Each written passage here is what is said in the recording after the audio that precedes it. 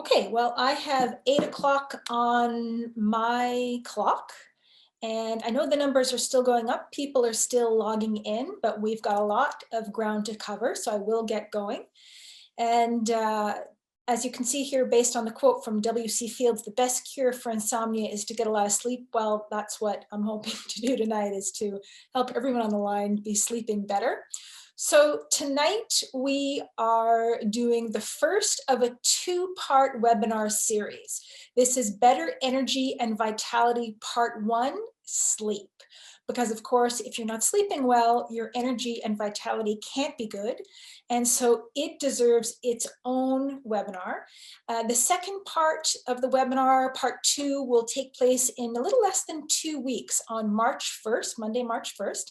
And that will be everything else that we can fit into an hour that pertains to energy and vitality. So everything that we can do during the day to keep our energy up and feel as energetic as possible. So you can feel free to stay tuned or join back in for that second part in a couple of weeks. My name is Dr. Kate Rheaume. I'm a doctor of naturopathic medicine, a graduate and former faculty member of the Canadian College of Naturopathic Medicine. I am the author of this best-selling book, Vitamin K2 and the Calcium Paradox, How a Little Known Vitamin Could Save Your Life. I'm an inactive member of the College of Naturopaths of Ontario, which means, unfortunately, I'm not currently seeing patients, sorry. I'm also a busy mom and an educator with Factors Group, which is what brings me here tonight, Natural Factors, and you'll see me showing a variety of brands of different products that all have something in common that I'll share later as well. And this is a topic that I have discussed for a long time because people just aren't sleeping well, many people. And it seems that that number has increased over the last year.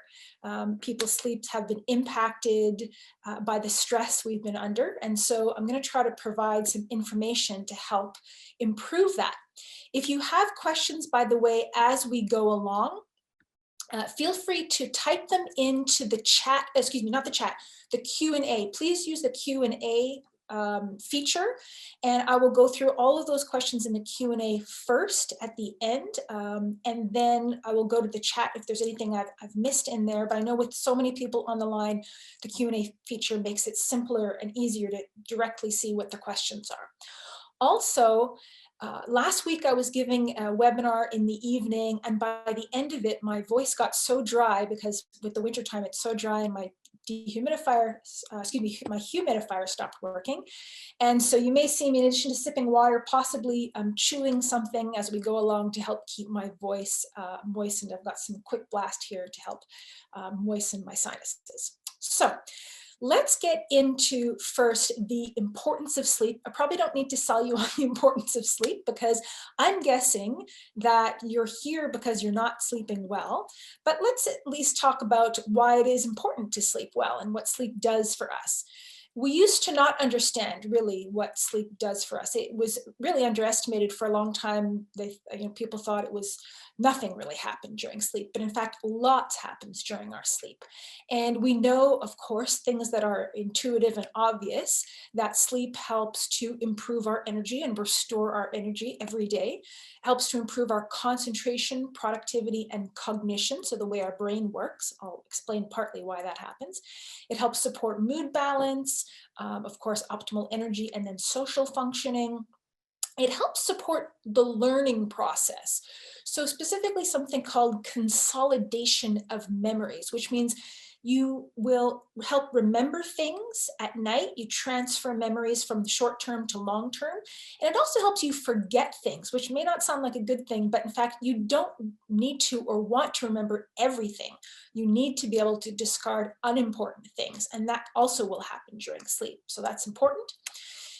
Good sleep is associated with better athletic performance. It helps to decrease the risk of weight gain. Specifically, if you are short on sleep, and even after one night short on sleep, you will eat more calories the next day to make up for that deficit in energy. That's a well proven phenomenon. So sleeping well helps you maintain a healthy weight. It helps to lower the risk of heart disease and diabetes through a number of mechanisms, but likely because it helps to lower inflammation, helps to improve your immune system function. Sleep is so important for immune system function, which we know is important for everyone right now.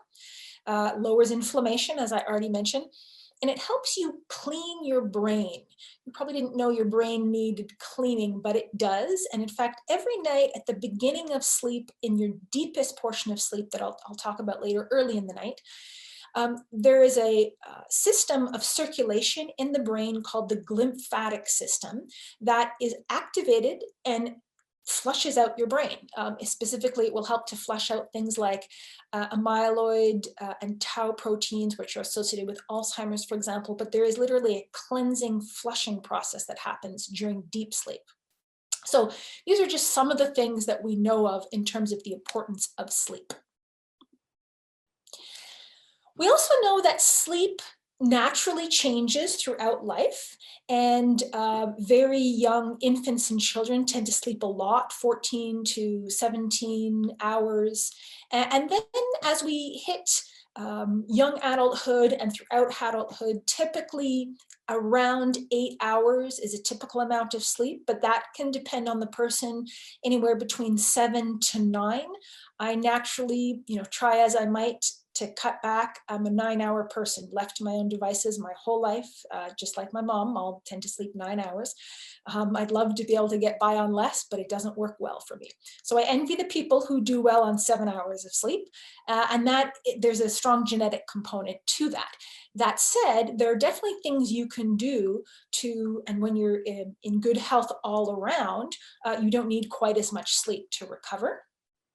And sleep, the amount of sleep that people get tends to decrease with age, because over time, after, depending on the person, even as early as the 50s, we can see a decline in natural melatonin production. Melatonin is, of course, the famous sleep hormone, and we do tend to produce less of it as we age, which is one factor in why we tend to sleep less with age, and we tend to have poor quality sleep with age. Now, that's not the only story, but it's important, and that's something that I'll come back to later. Okay, so what if we're not sleeping well? There are different types of insomnia, and this insomnia can be classified into two main categories: difficulty getting to sleep or difficulty staying asleep. That's called initiation insomnia or maintenance insomnia. You can have one or the other or both, also very common. So difficulty getting to sleep is obvious. You lie down, you don't fall asleep quickly or within a timely manner. You're tossing and turning for, I think, longer than about 20 minutes is the definition, and you're not getting to sleep. That's pretty straightforward. Difficulty staying asleep can take on a number of forms. That can be waking every 2 hours. Or it can be waking at 3 a.m. Now, there's lots of people listening now because lots of people wake up at 3 a.m. There's lots of different reasons that you wake up at that specific time. It's a bewitching hour for insomnia. You can also be waking up too early in the morning, like 4:35, and not being able to get back to sleep. As well, waking up and feeling unrefreshed, like waking up and feeling like you didn't get a good night's sleep, is another sign or symptom that you're not sleeping well. And although that's not technically insomnia, we will try to touch on that today. Okay, so I'm going to need to explain a little bit about sleep anatomy. In other words, what happens during sleep and different sleep stages and sleep cycles, because that can help, for some of us, understand when and why we're not sleeping well. So initially, at the beginning of the night, there's an initial drowsy period of about 5 to 10 minutes. That's something called, it can be the hypnagogic state, when you're passing from waking to sleeping. And if that's slow enough, you'll have like funny, weird thoughts that are halfway between dreams and waking thoughts. And then you get into a stage of light sleep that lasts for about 20 minutes. You can see somebody that gets into this, they'll sort of twitch or turn as they fall asleep. Then you get into moderate and then a very deep sleep. And then you go into a lighter stage of sleep, which is the REM, rapid eye movement sleep. And that's when we dream. Now, this sleep cycle takes roughly 2 hours. It depends on the person. It depends on also the stage in the night. It can range between 90 minutes and 2 hours. And it repeats throughout the night, although the nature of that cycle changes a little bit. So here's a look at what our sleep cycles look like throughout the night. So there's up here, you're awake, then you have a little bit of light sleep. And at the beginning of the evening, you eventually sort of plunge down into this very deepest stage of sleep, something called slow wave sleep. So your brain waves are moving very slowly, least brain activity. This, by the way, is also when you have that brain cleansing I was talking about. That is activated pretty much during these first 2 cycles of this deep sleep. And then between that, you'll have a little bit of the REM or dreaming sleep, and then you'll go back in for about another 2, well, the whole sleep cycle is 2 hours, but another deep sleep, and then up a little bit more dreaming sleep. Then you have a little bit less deep but moderate sleep, and then you get quite a bit more dreaming sleep, again, less deep sleep and a lot more dreaming sleep. So we tend to do less of the deep and more of the light.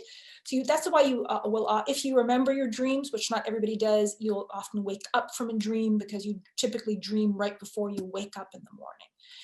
So if you are, for example, waking every 2 hours, that is often a sign that you are not making a transition between these roughly 1.5 to 2 hour sleep cycles. After the REM sleep, you're waking up every 2 hours. So that's something we can touch on. And that's just one factor in sleep. So what's our plan? How are we going to improve sleep quality? Well, there's a number of things that we can do. Is first of all, eliminating inhibitors of sleep, eliminating the things that are preventing us from sleeping well. Establishing bedtime routines, that's, these 2 things go together. This is something called sleep hygiene that I'll talk about next. Creating a relaxed sleep environment is also part of sleep hygiene, really. Stabilizing blood sugar levels. One of the things that can wake some people up at 3 o'clock in the morning is in fact plummeting or low blood sugar. If, for example, you have found that you've started on a keto diet and you can't sleep well, this may be due to low blood sugar at night. Supporting the function of your adrenal glands. Another thing that can wake you up, and again, especially in the middle of the night, is a bolt of adrenaline at 3 a.m. And that can be due to adrenal glands that are kind of fried and they're not acting the way they should. Well, I'll explain all what that means. And then, of course, using natural sleep aids. And these may be things that do cause drowsiness or don't cause drowsiness. We'll talk about that. There are lots of things that interrupt our sleep that would not be technically considered to be insomnia. It's considered to be something else that's interfering with your sleep. So insomnia, almost by definition, as you could say, is idiopathic. In other words, you're waking up, but you're not exactly sure why. But there are other things that interrupt our sleep. Leg cramps, Charlie horses, as we call them, low blood sugar. Already sort of touched on that. Stress, these are obvious things that we know impacts our sleep. Schedule changes, whether that's jet lag or shift work. Poor sleep hygiene, again, I'll talk about that shortly, unknown causes, of course. And then pain can wake you up, restless leg syndrome, different from leg cramps, for example, frequent urination, thyroid issues, mood disorders, hormone imbalance, specifically low progesterone. If you have found that your sleep issues have started and you're sort of in perimenopause, maybe mid-40s, that kind of thing, then and everything else I talk about tonight doesn't help as much as you'd like, then see your naturopathic doctor about your progesterone levels. That can be make an impact on how well you sleep. So I'm going to mostly focus on, I will touch on the things on the left side of this list, things like leg cramps, schedule changes, sleep hygiene, etc. I won't go into detail because we don't have time to discuss pain, obviously a huge topic, restless legs as well, although we briefly will touch on some of these things, and maybe if we have time in the questions at the end. Okay, so now I've mentioned sleep hygiene a few times. What does this mean? Sleep hygiene does not mean taking a shower before you go to bed.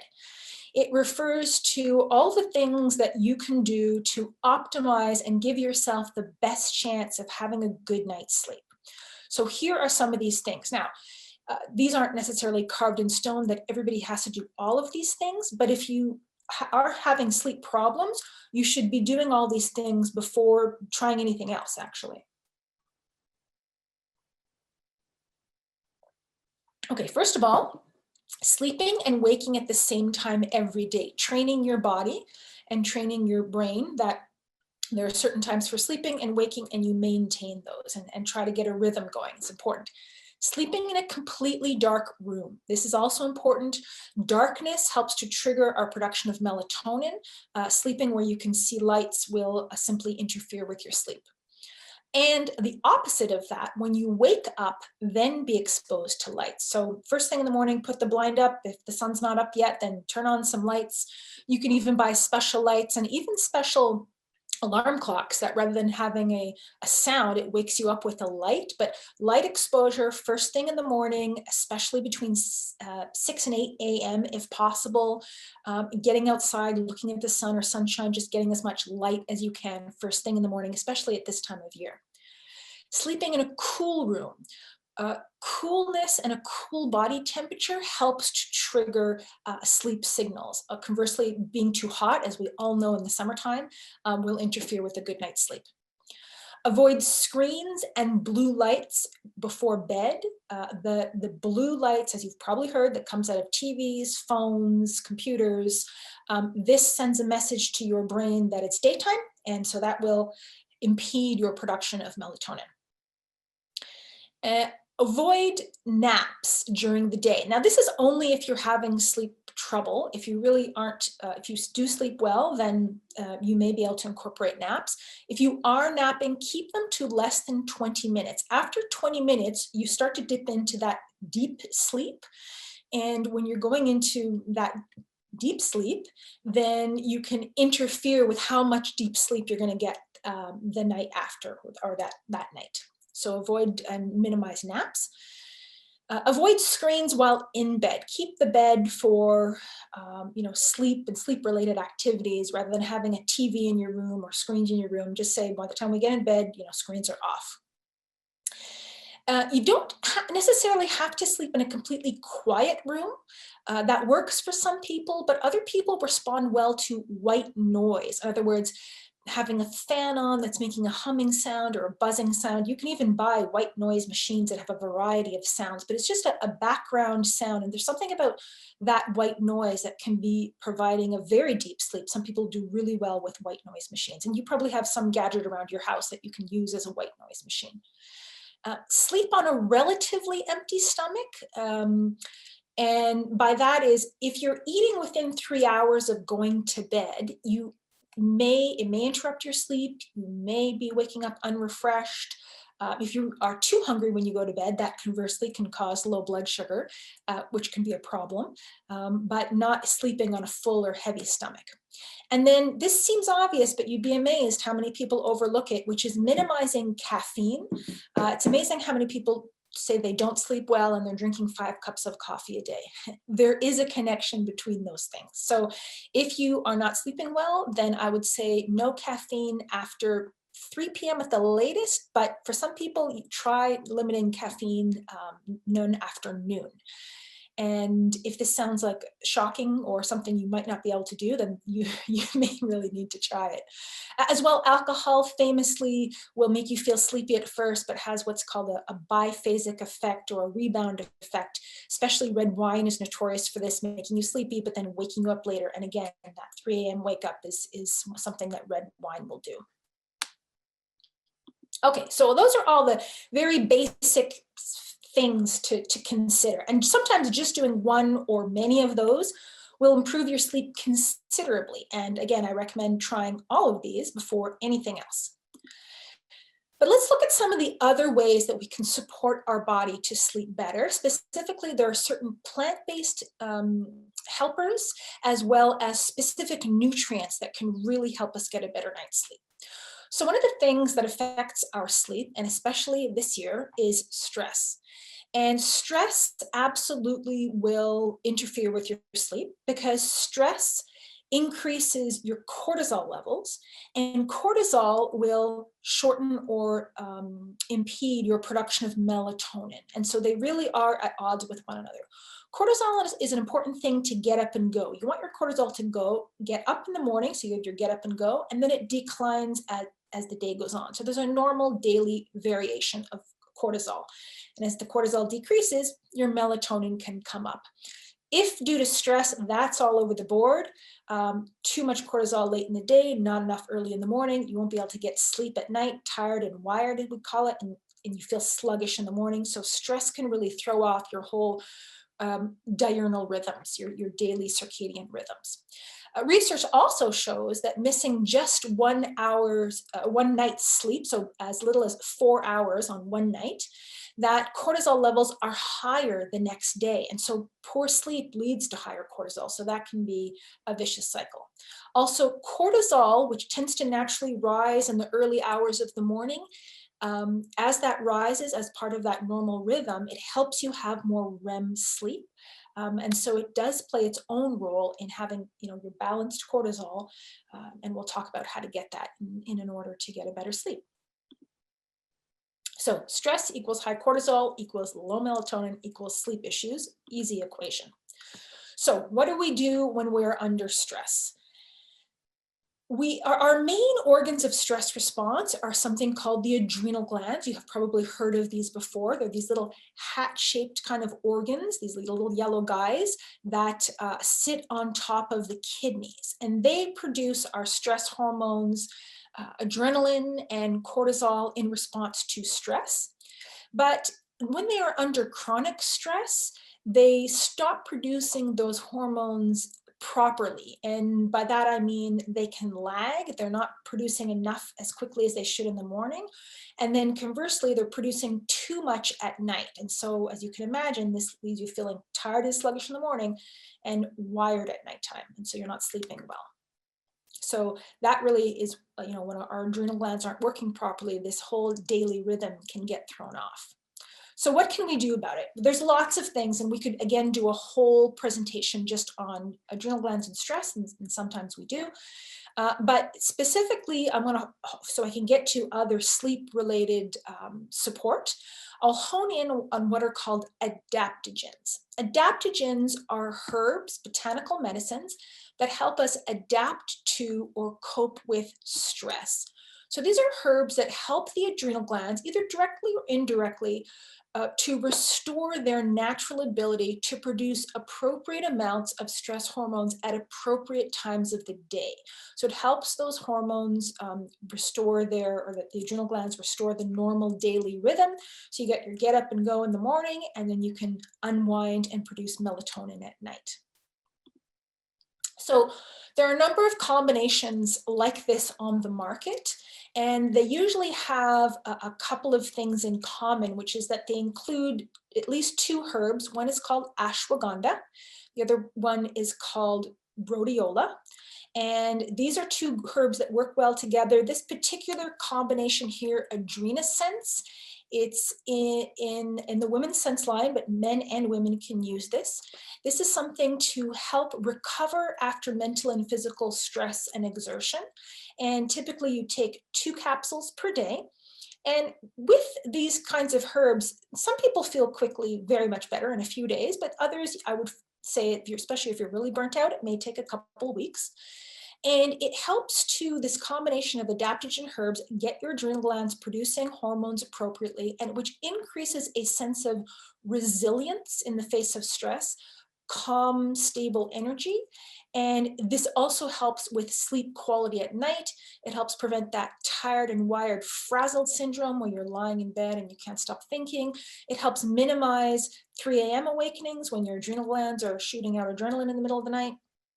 And so all of these taken together over a period of time can be really restorative, especially if your sleep problems are due to stress. So this is something that is very helpful that I like to point out.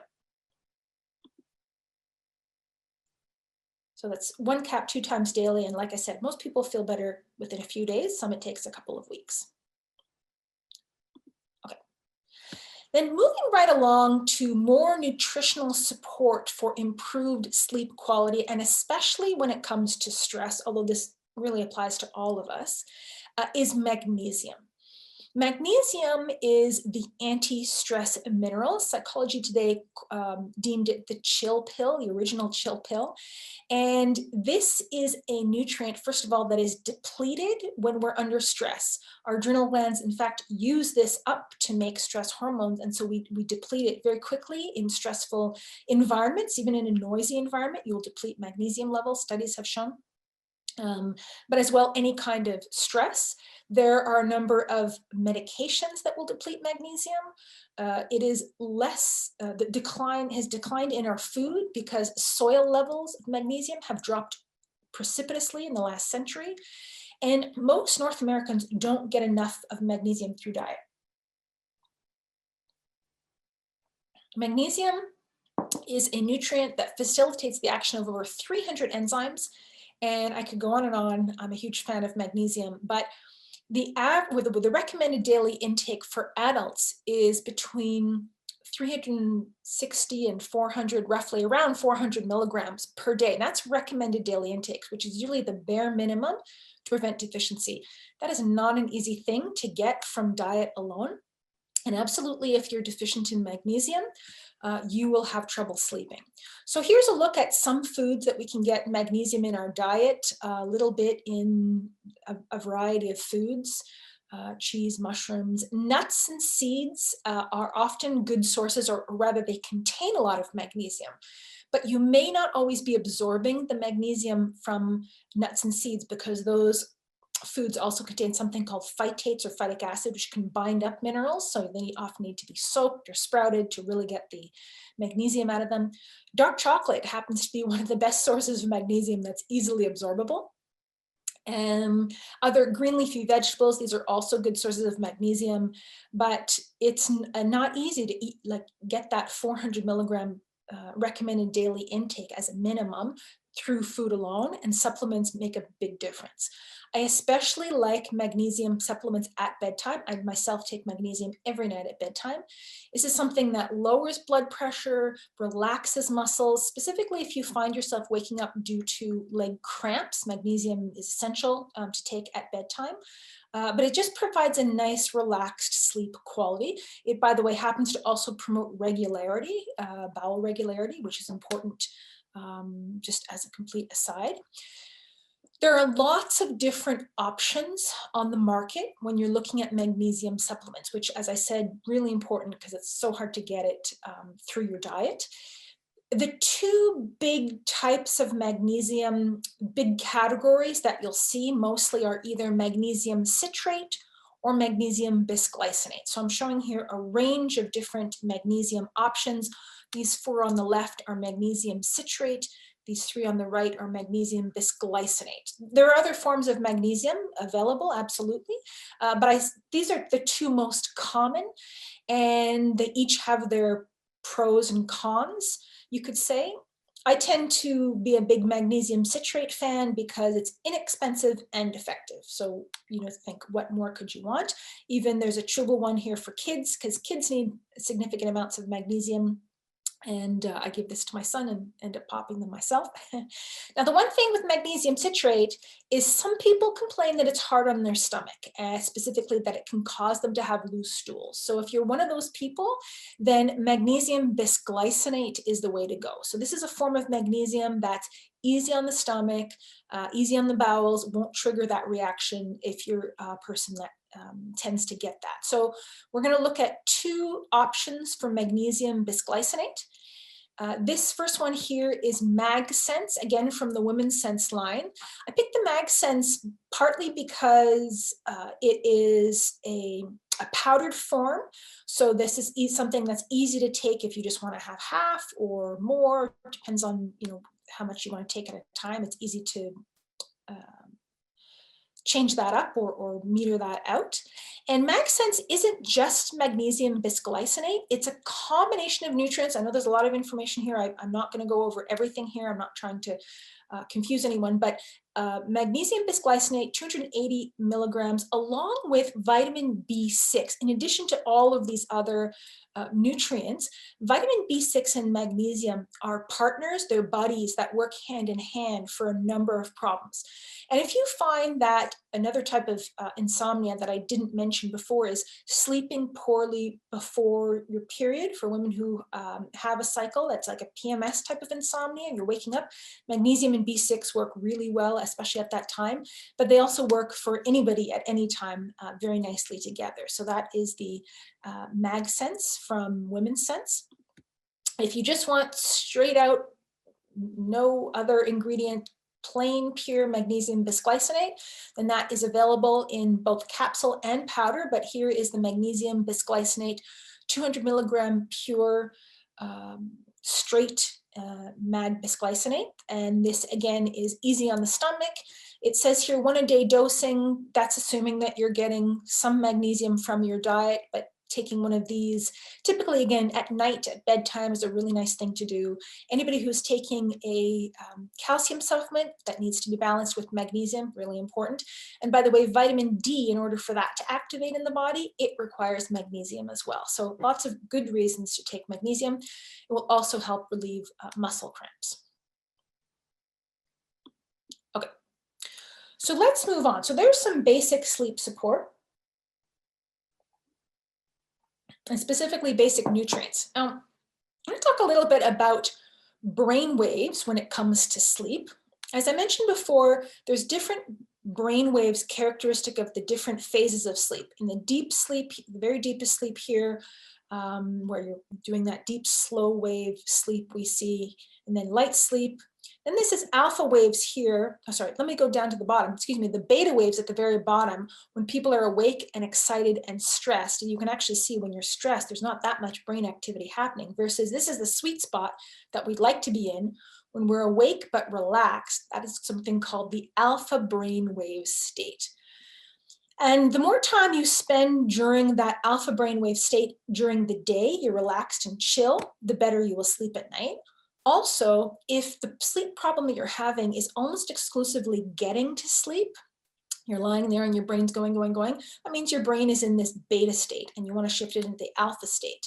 Meditation will help you do that. When people are meditating, or they're focused or in flow, as it's called, really into whatever activity they're doing and not aware of their time and surroundings, that's the alpha state. There is a nutrient called L-theanine that was originally recognized from in green tea.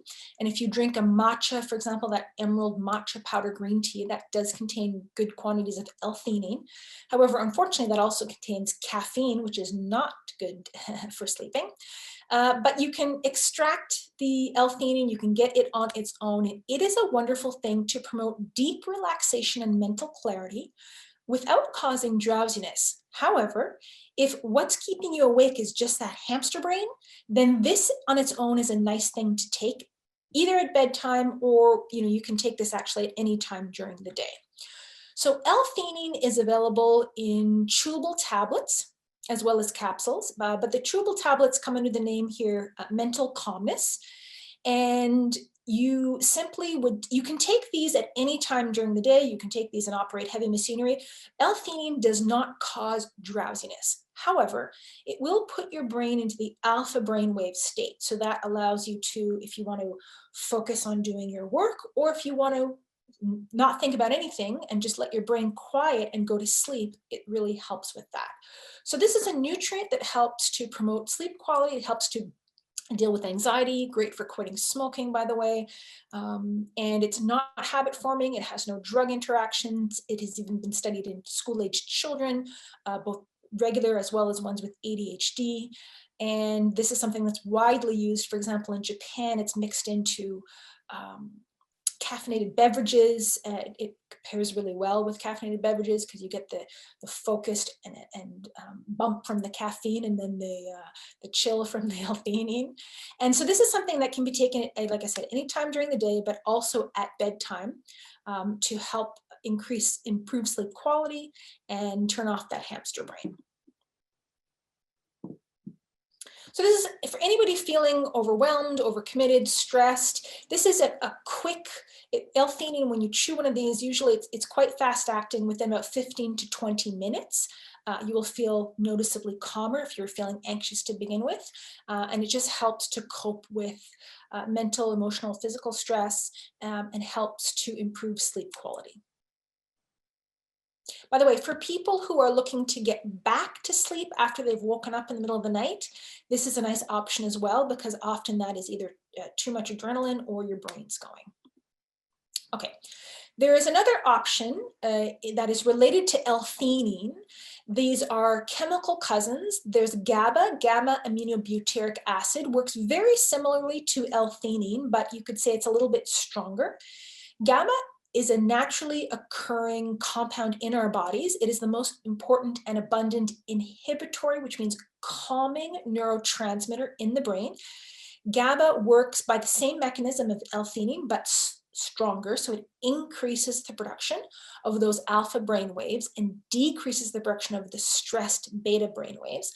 You can find GABA naturally in small amounts in certain types of fermented foods, kimchi, for example, little bits. Some types of sprouted brown rice, certain types of sprouted foods, you can get little bits of GABA. We also make a little bit of it in our system. Some of the bacteria in our intestines can do this a little bit, but you can also take it as a supplement. So same concept as the L-theanine, but I would say a little bit stronger, that either during the day or at night, it won't cause drowsiness. However, it will calm down your brain. So for the people waking every 2 hours, I really like GABA at the beginning of the night. For some reason, it helps to, we know it improves what's called sleep latency, which helps to decrease the time it takes to get to sleep. But I have found that it also helps to prevent that 2-hour sleep interruption. As well, if it's, again, you've woken up in the middle of the night and you want to get back to sleep, GABA is a nice option. You can take that, and usually it helps to calm down the brain to get back to sleep. Again, no drug interactions with this one, and it's not habit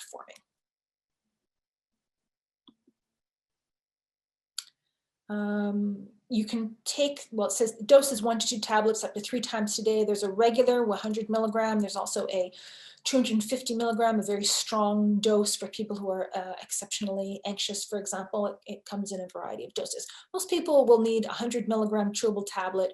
Once in a while, you can take it if you need to long-term. It's not harmful. Okay, so those are a few sleep-related nutrients that don't actually cause you to fall asleep, but they will improve sleep quality. Now we're going to move on to something that absolutely will cause you to fall asleep, should not be taken during the day, should not be taken if you're planning on operating any heavy machinery. And this is, of course, melatonin, which is the famous sleep hormone. It is produced by the pineal gland, which is a gland in our brain, which has an important role to play in our daily sleep-wake cycles. And it is produced due to, or based on a precursor of an amino acid called L-tryptophan that we get into our diet. Our brain converts this to serotonin, and then at nighttime to melatonin. So this regulates our sleep-wake cycle.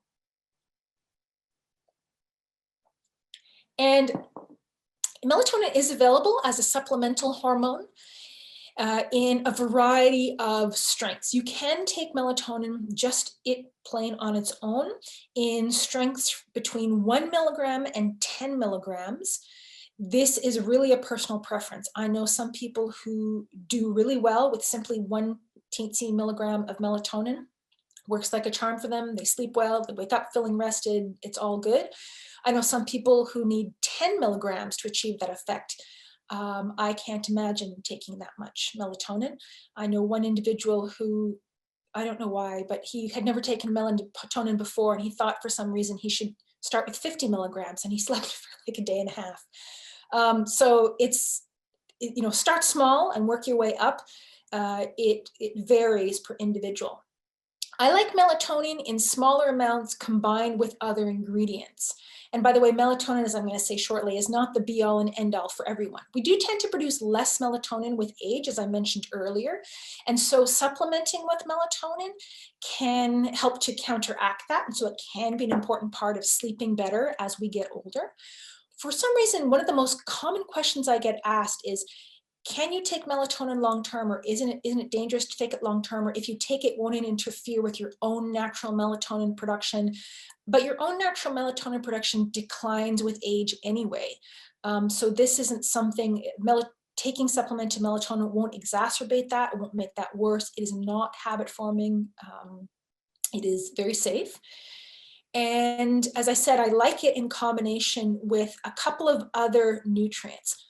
5-hydroxytryptophan is a precursor to that like I mentioned, that L-tryptophan that helps to make serotonin and melatonin. This is a supplement that can be taken. Oops. And these combine also very well with the L-theanine that I mentioned earlier. So L-theanine helps to calm your mind so you can get to sleep. Later on, melatonin kicks in to deepen your sleep and then help you have an appropriate amount of deep and light sleep. The 5-HTP blends with the melatonin to do that. So these three nutrients, L-theanine, melatonin, and 5-HTP, are all available together in a formula called Tranquil Sleep that is to be taken at bedtime only, but it's as needed. You don't have to take it every night. If it's one of those nights where you lie down and realize, nope, not going to sleep, you can get up and take it. Or an hour before bed. An hour is a lot. You may feel very sleepy. You can take this as needed at bedtime. The dose is 2 tablets. I know some people who take 1. I know some people who take a half a tablet. There's also now an extra strength version with double the amount of these ingredients for people who like a strong one instead of taking 2 at night. So this is something, the point I'm trying to make is you can experiment to see how you feel with these different amounts of these ingredients. Typically, people taking Tranquil Sleep will sleep well and wake up feeling refreshed and not groggy.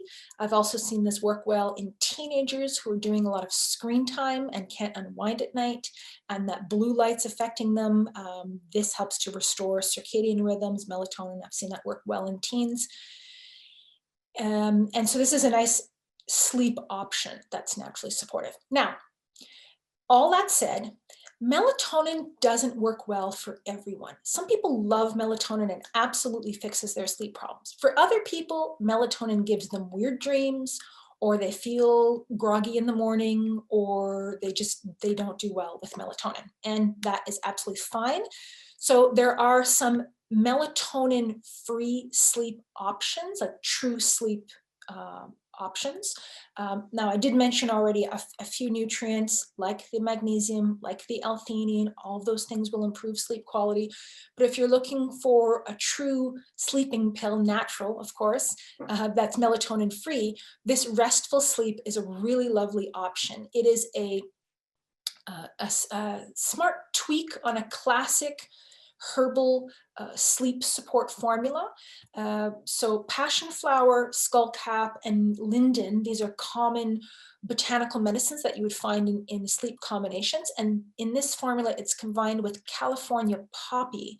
And this provides a very nice, gentle, restful sleep. And so depending on the person, it's between, this says 2 to 4, I would say even 1 to 4 capsules up to an hour before bedtime, and it provides a very nice, peaceful, restful sleep, as it's called, without melatonin. So that's a nice option.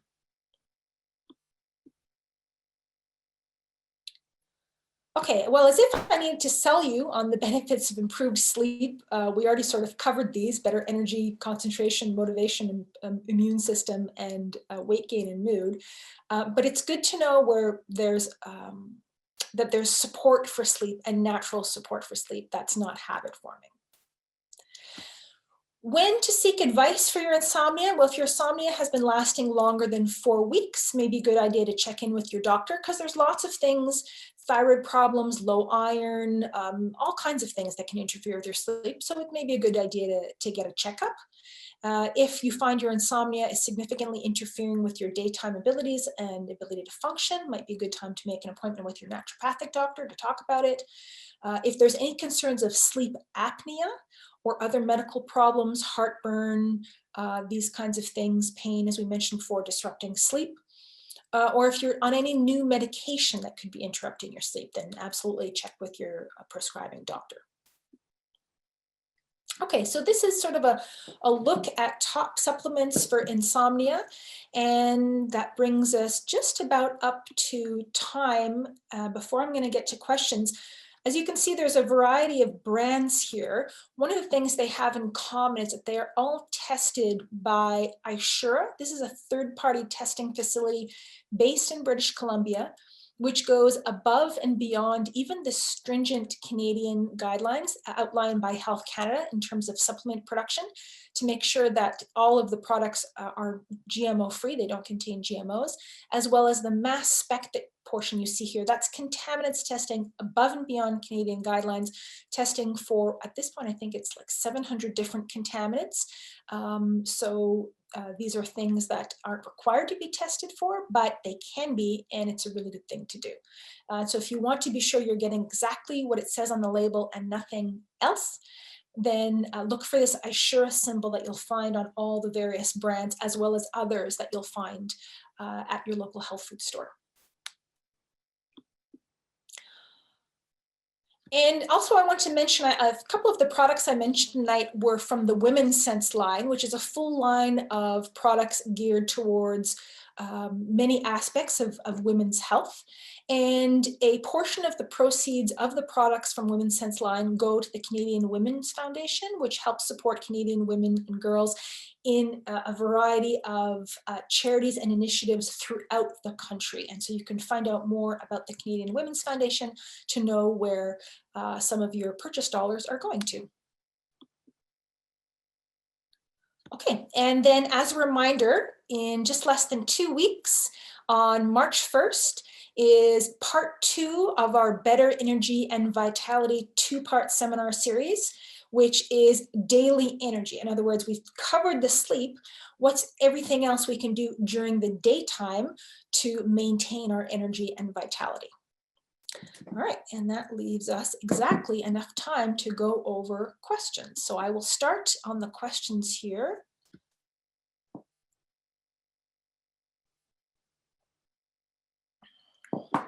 Okay. How important is it to have blackout curtains when will a sleep mask work as well as blackout curtains? Yes, a sleep mask will work as well as blackout curtains. As I mentioned, sleeping in a dark room is really important, but a sleep mask is a great option as well. Question from AJ, so naps help cleanse the brain? No, naps do not help cleanse the brain, because with a nap, unless you're sleeping a long time during the day, which will interfere with your nighttime sleep, the brain cleansing only happens in the deep, slow wave sleep, which really only happens at night, again, unless you're having very long naps during the day. So naps don't help with brain cleansing. Question, how can melatonin help to sleep well? I think I explained that. Is there a side effect? Generally no, but again, side effects, some people don't do well with melatonin and they have bad dreams or don't feel well. And how much is a good dose of melatonin? It really ranges from a person from half a milligram to 10 milligrams and more. Oh yes, I meant to mention, thank you, Patricia. There will be a recording of this webinar, and I believe that it's sent automatically to everybody who has registered tonight. And I believe Healthy Planet also posts it as well. Why is deep sleep so short? No, deep sleep, it's about the same amount of time, maybe a little bit less than the light sleep, but I don't know why that we sleep a little bit less of the deep sleep. In the event that I never recall any dreams, does that mean I have not reached REM sleep? Not necessarily. Some people, and this is more of a genetic thing, just don't remember their dreams. It's also more common among men to not remember their dreams for whatever reason. And we also go through periods in our life where we remember our dreams more or less, but some people just never do. And that probably doesn't mean you're not getting REM sleep. You're just not remembering it. Is there a way to know if our waking up is caused by adrenal glands? So that adrenal gland waking, well, it depends. There are lots of reasons or lots of ways our adrenal glands can interfere with our sleep.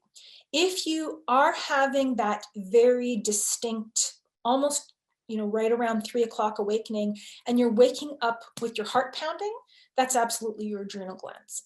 That's a bolus of adrenaline in the middle of the night that wakes you up and you're feeling quite wide awake and alert and you can't get back to sleep. That's often an adrenal gland issue. Other than that, just stress in general can interfere with your sleep in a variety of ways, but that's a typical sign that your adrenal glands are the culprit. Okay, there's a one here. I typically work very long days, but I don't see the question there, so I'm going to, oh, here, okay. So what's I think the question of this one, which I don't know if I'll be able to get into specifics, Sleep time is typically low. So what's the long-term impact of short amount of sleep? Again, as I was saying earlier, restricted sleep over a long period of time can increase stress levels, increase inflammation, make it more difficult to maintain weight or maintain a healthy weight, optimal brain function and brain health. These are all the kinds of things that can happen. Okay, wake due to low back pain. So waking due to pain is its own, you really have to address the pain, what's causing it. Inflammation, there are natural anti-inflammatories that can help. So this is where it would be worth working with a practitioner, your doctor, naturopathic doctor, to help deal with things for the pain, and if that's interfering with sleep. Question here, I think that's already been answered. What do I think about sleep aids like ashwagandha, melatonin, passion flower? I think they're all good. Screen time at night. Does the nighttime screen on an iPhone help prevent the screen problem? It's supposed to. It's supposed to change that blue light into more of a yellowish tone. That is what it's supposed to do. Now, I think there's also something to be said from you're looking at your phone and your brain is engaged. So again, if you're not sleeping well and that's a habit you have to be looking at your phone a lot, especially late at night, then try cutting it out. If I suffer from depression and change all the bulbs to daytime light. Oh, I see.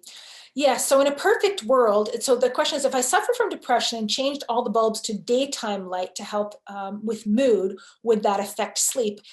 Yes, so in a perfect world, we would be sleeping according to the sunlight. So we'd having, bright sunlight during the day and then dim light at night. But if we've changed your light bulbs, and so when you turn on your lights at night, you're getting that bright UV light, that may potentially affect the sleep.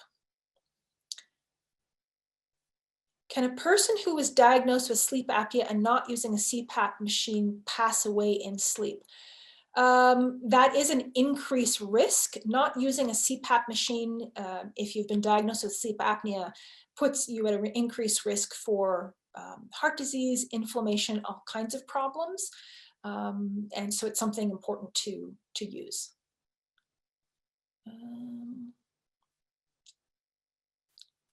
I've recently been diagnosed with kidney stones and cysts. With the adrenal glands being on top of the kidney, should I worry about taking adrenal or cortisol supplements? No, as long as the issue isn't with the adrenal glands and it's with the kidneys, even they're connected, they do not interfere with one another as such.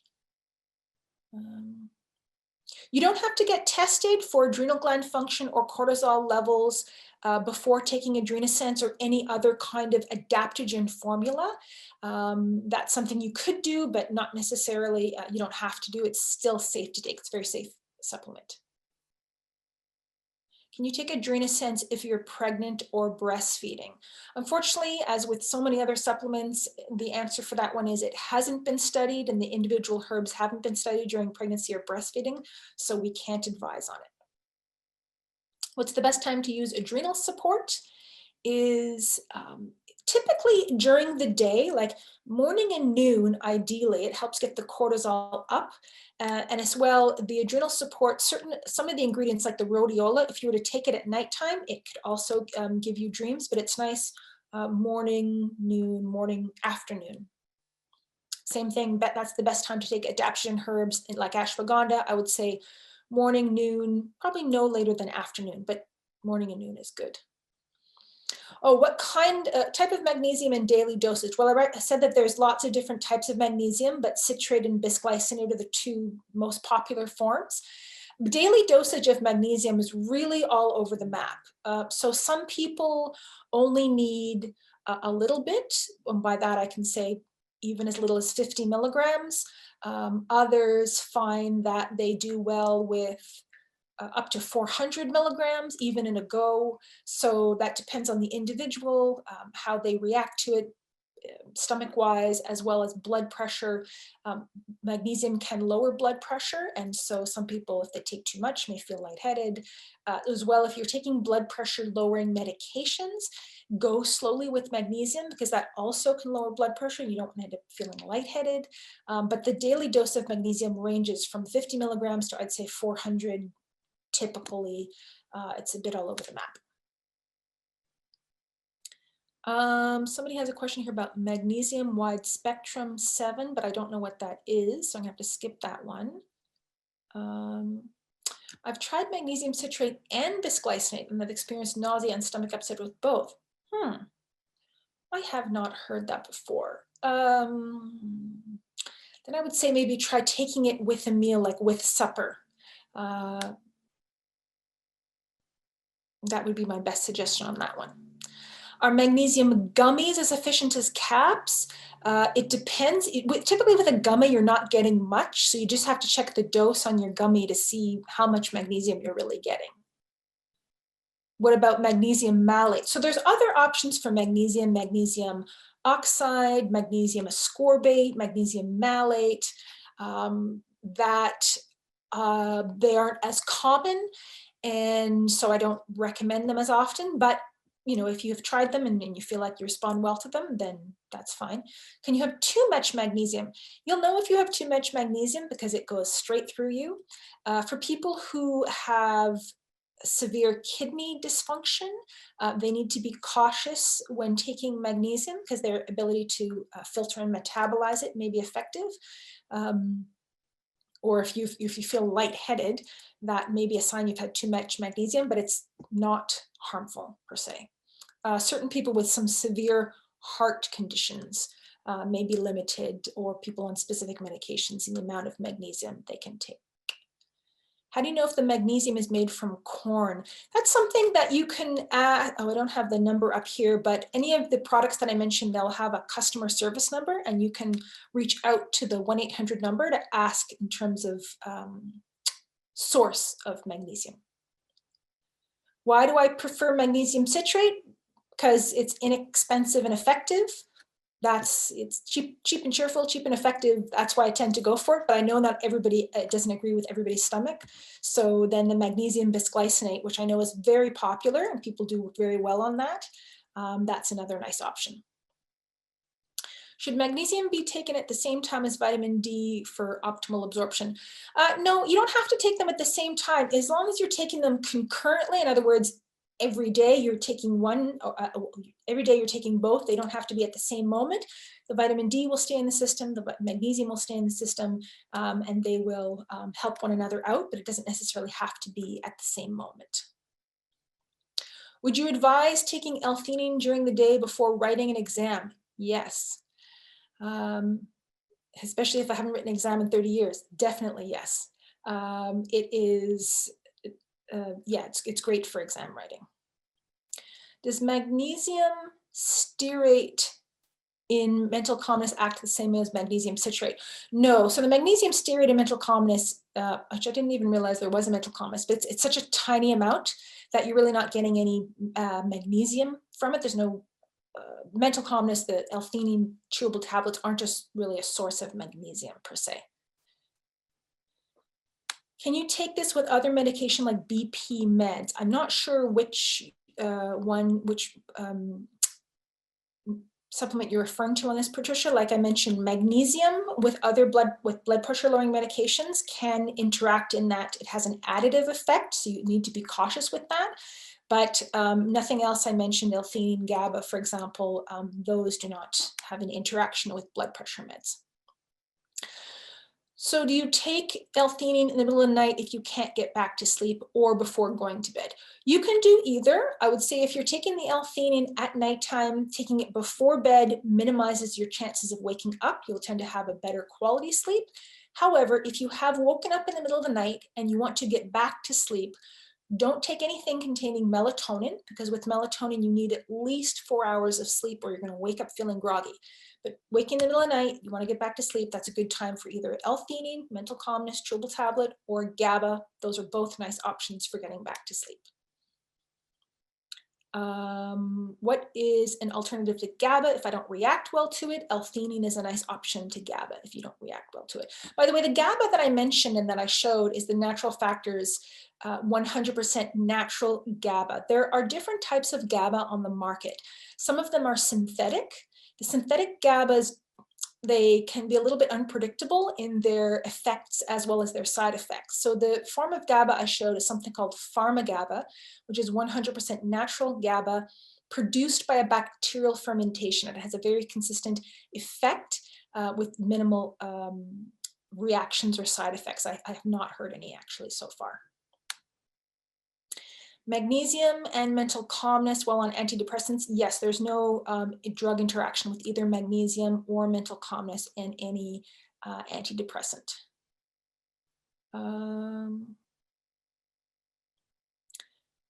Not clear on this question. Does 10 milligrams of melatonin cause, does the dosage of melatonin depend on your body? Yes, but not necessarily body size. It's just an individual, some people do well on it and others don't. Does 10 milligrams cause heart palpitations? I haven't ever heard of anybody responding to melatonin with that, but people can react to things quite individually. Can you take GABA if you're also taking 5-HTP? Yes, these work by different mechanisms. Is melatonin also an antihistamine? Not to my knowledge, but I'd have to double check that. Is it okay to take melatonin 3 milligrams at night and magnesium bisglycinate at the same time? Yes, melatonin and magnesium are a nice combination at bedtime. Is it safe to take magnesium or GABA in the evening within an hour of taking magnesium? Yes. I believe, will the webinar be available as a webcast? I believe it will be available on the Healthy Planet YouTube channel. If you take L-theanine long-term, does it stop working? No. Can you take restful sleep and melatonin together? Yes, you could. I can't take melatonin. If I decide to try restful sleep, it can be taken with L-theanine or GABA. Those are probably a very nice combination. So the restful sleep herbal combination with L-theanine and or GABA. Oh, and by the way, I keep saying L-theanine and or GABA because it's sort of like they're cousins, it's one or the other. But interestingly, recently, I came across a study that showed taking them both together, L-theanine and GABA together, seems to work better than either one alone. So that is another option for people to try. And I wouldn't be surprised to see supplements combining them soon. Who makes restful sleep? Restful sleep is made by a line called 3 Brains. I neglected to mention that earlier, but that's from the 3 Brains line of product. Are natural supplements regulated in Canada? Yes, natural supplements. Canada has one of the world's most strict and stringent guidelines in terms of regulation of natural health supplements. We are second only to Australia, who's super strict. And we are absolutely far stricter than, for example, products produced in the United States. So you can generally feel very confident by buying Canadian-made natural health products because Health Canada does a good job regulating them. But again, above and beyond is that Ishura logo that I mentioned to you.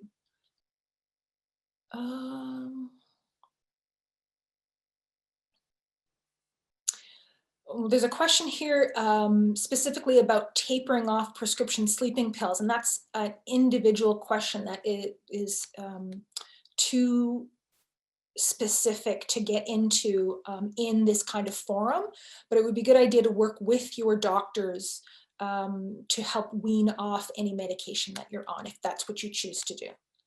Natural Factors or Women's Sense products are all made in Canada, in British Columbia.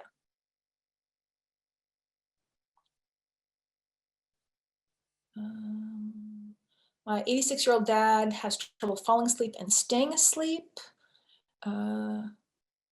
His friend got him Natural Factors 5 milligrams sublingual melatonin. Could this be helpful? Yes, it could be helpful. I would say start with even half of that, but melatonin is one of the first things for people to try for sleep trouble. I sleep well except for before my period. Yeah, that's a classic. So the mag sense, there's a lot of things that can help with this, but that mag sense that I had before, which is I showed before, which is a combination of magnesium and B6 with other nutrients as well. But that magnesium B6 combination can be very nice if the sleep problems are specifically before the period. Oh, what happens if you're waking up due to frequent urination?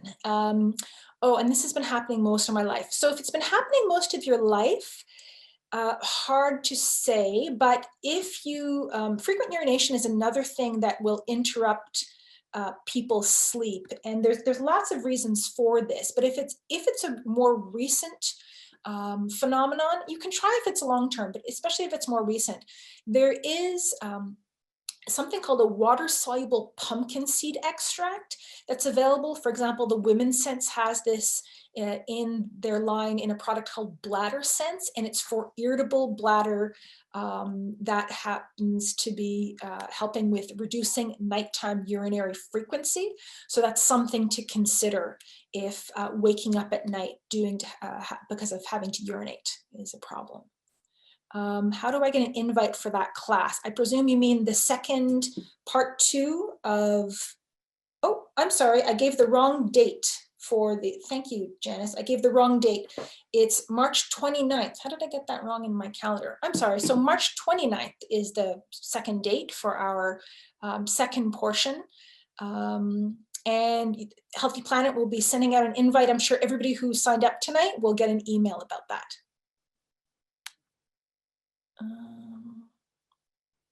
Could you please go back to the slide at the beginning showing the 5 phases of sleep? I can try. What else? Let's see.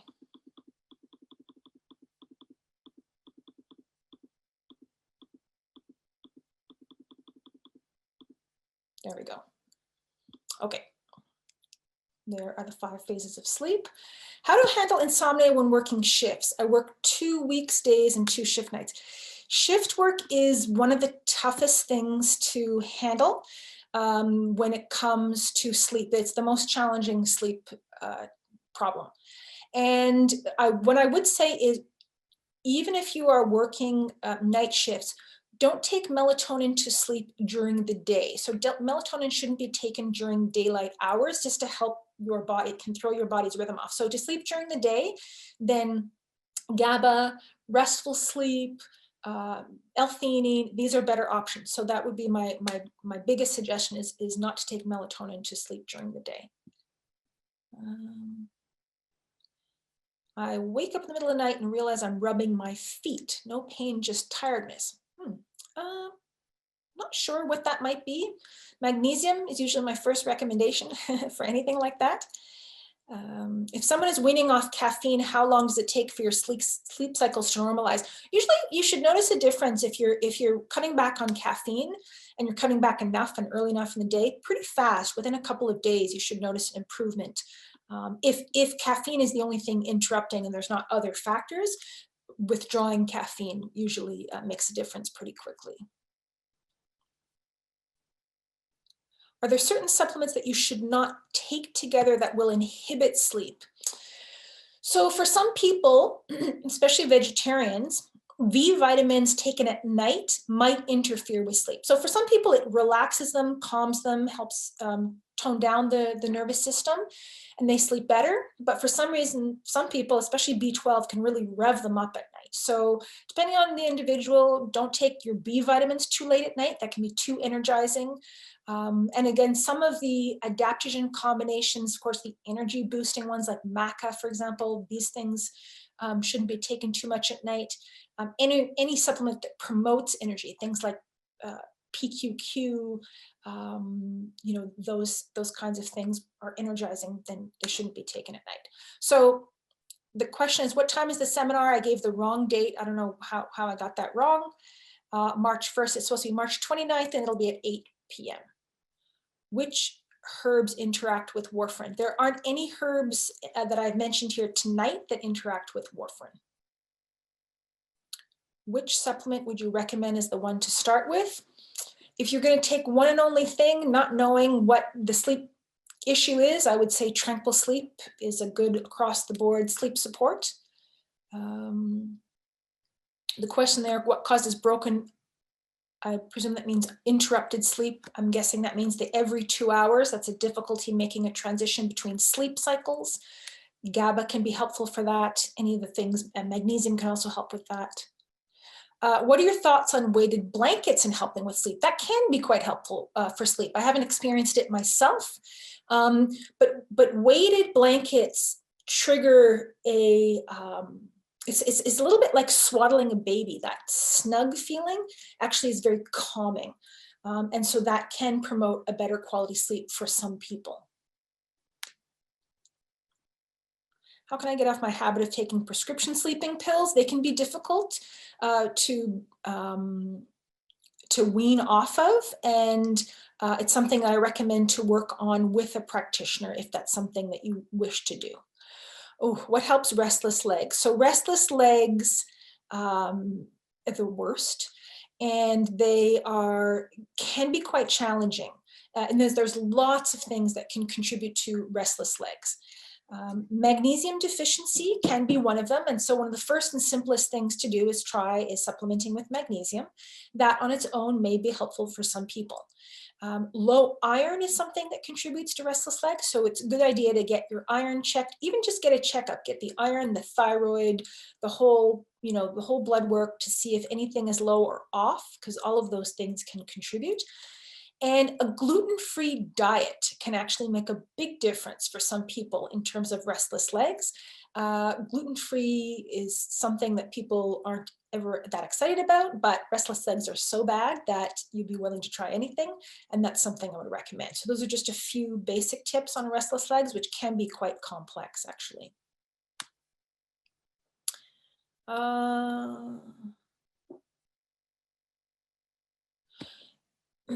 If you have a low heart rate and arrhythmia, so this is what I mentioned before, you have certain kinds of heart conditions, low heart rate and or low blood pressure and or arrhythmia, you should speak to your doctor to clear whether it's okay to take magnesium, because that is something that can affect or slow low blood pressure and affect heart functioning for people who have that condition.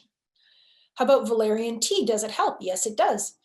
So that's another tried and true thing to try at bedtime is old-fashioned valerian tea. Not everybody loves the smell of it or the taste of it, but should help. What time do you suggest to stop drinking fluids if you get up 2 to 3 times a night to use the bathroom? Again, check out the bladder sense. That's the water-soluble pumpkin seed extract. And then you'll have to experiment with the fluid intake. But I would say, again, try if you can not drinking more than 3 hours or less than 3 hours before going to bed. Metformin, I'm presuming the question is, will any of these interact with metformin? No. Oh, can the Siberian ginseng interfere with taking Korean ginseng? So these are very different. Siberian ginseng, it's called ginseng, but it's actually Eleutherococcus. It's not technically in the ginseng family, and they won't augment or interact with one another. But if you're taking Korean ginseng, that may be interfering with your sleep. That is another supplement that I would say, if you're not sleeping well, you might want to back off the Korean ginseng. I get overheated at night. So this is another, aspect that I didn't mention. When I mentioned hormonal balances and low progesterone, hot flashes can be something that interferes with sleep, and that needs to be dealt with and addressed in a different way. So that's something that's interfering with your sleep versus a true insomnia, I would say. But I get hot because I'm awake and start thinking of things. Okay, well, this is a job for either L-theanine or GABA. Just calm down the hamster brain. Is the brain cleansing process working better when sleeping on the side or back? Don't know. It just happens during the deepest phase of sleep, so I'm not sure if it matters what position you're in. If a child did not receive sufficient sleep in the teen stage, is there developmental impact? I don't know. That's a good question to be researched, but I can't say I know off the top of my head what would cause that. Let's see here.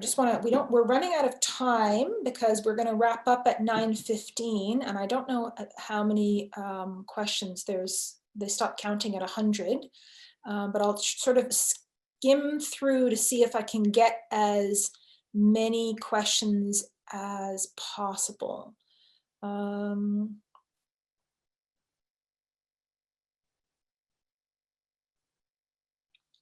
I'll just I don't understand every single one of the questions, so I'll just skip to the ones that are obvious and easy. Or do you have any comment on the chili pad cooling technology for your bed? Don't know anything about it, haven't tried it.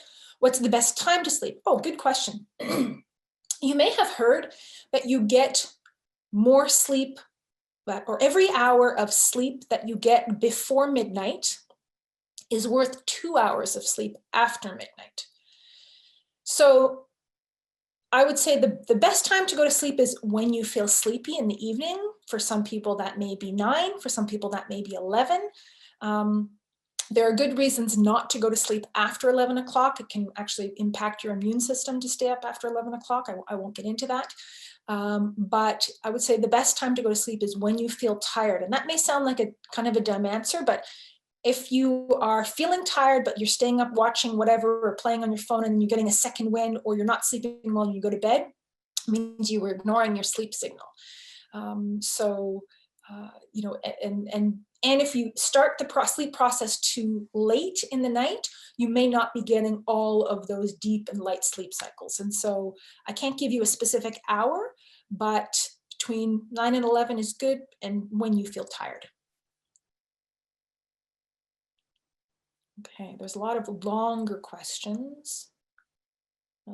Comment is that if you have a Fitbit or an Apple Watch, you can see the amount of time in light and deep sleep in REM. Not an exact guide, but helps to guide you. That's a nice comment. Occasionally my dreams are so vivid I have trouble waking up. That's one I haven't heard before. I'll have to do some research on that.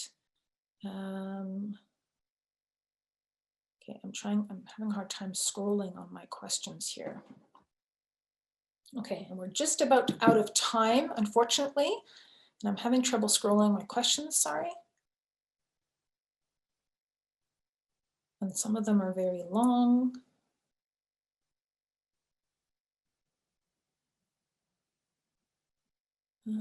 Is there an optimal time when vitamin D should be taken? I would say anytime with meals. It shouldn't interfere with sleep. I've not heard of that before. You won't be automatically registered for Part 2 seminar on March 29th, but you will, I'm sure, get an email reminder about it. So perimenopausal and waking up drenched in sweat, that's a hot flash at night, or a night sweat as they're called. And so there are separate, and that's a whole separate webinar that we can do about menopausal health, hot flashes, night sweats. But there are things that can be taken, like black cohosh, and sage in particular is a herb that I believe is available in the Women's Sense line.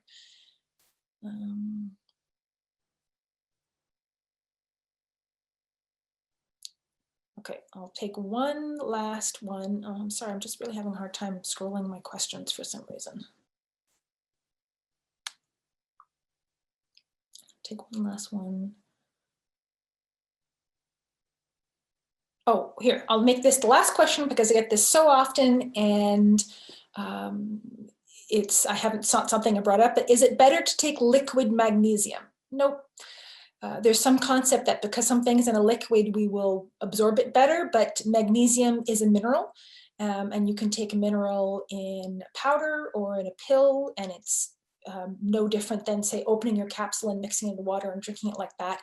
A liquid magnesium supplement isn't better absorbed. So we'll leave it on that note. I hope that this has been lots of helpful, practical information that will help you be sleeping better soon.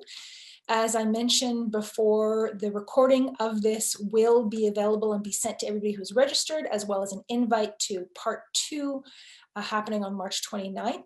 And thanks everyone for your participation, and I hope you all get a great night's sleep.